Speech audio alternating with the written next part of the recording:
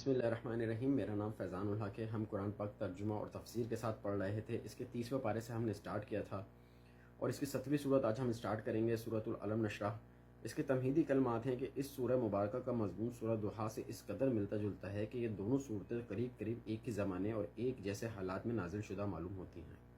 حضرت عبداللہ بن عباس رضی اللہ تعالیٰ عنہ کا کہنا ہے کہ یہ مکہ معظمہ میں والضحیٰ کے بعد نازل ہوئی۔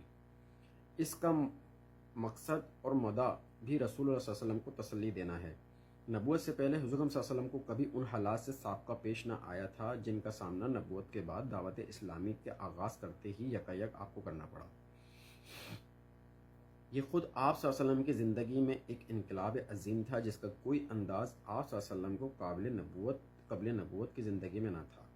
اسلام کی تبلیغ آپ صلی اللہ علیہ وسلم نے کیا شروع کی کہ دیکھتے ہی دیکھتے وہی معاشرہ آپ صلی اللہ علیہ وسلم کا دشمن ہو گیا، جس میں آپ صلی اللہ علیہ وسلم پہلے بڑی عزت کی نگاہ سے دیکھے جاتے تھے، وہی رشتہ دار، دوست، اہل قبیلہ اور اہل محلہ آپ صلی اللہ علیہ وسلم کو گالیاں دینے لگے۔ جو پہلے آپ صلی اللہ علیہ وسلم کو ہاتھوں ہاتھ لیتے تھے، مکہ میں کوئی آپ صلی اللہ علیہ وسلم کی بات سننے کا روادات نہ تھا۔ راہ چلتے آپ صلی اللہ علیہ وسلم پر آوازیں کسی جانے لگیں، قدم قدم پر آپ صلی اللہ علیہ وسلم کے سامنے مشکلات ہی مشکلات تھیں۔ غرض یہ ابتدائی زمانہ آپ صلی اللہ علیہ وسلم کے لیے نہایت دل شکن تھا۔